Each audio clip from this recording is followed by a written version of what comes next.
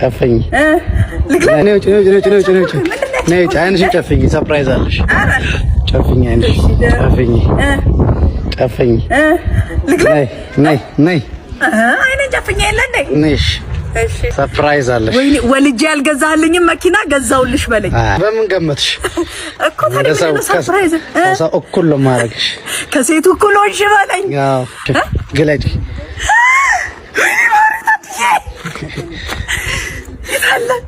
የታለ መኪናው ይሄው መኪና የታለ ይሄው ምንድነው ይሄ እኔ የሚከፈት ምናምን መኪና አይደለም እንዳልኩ እና ይሄው በዚህ በኩል መስተዋት አለው በዚህ በኩል ደግሞ ከፍት ነው ምን አዘጋጋሽ መኪና ለመሆን ራሱ እኮ ብዙ ነገር ይጎለዋል በር መክፈት የለም ምን የለም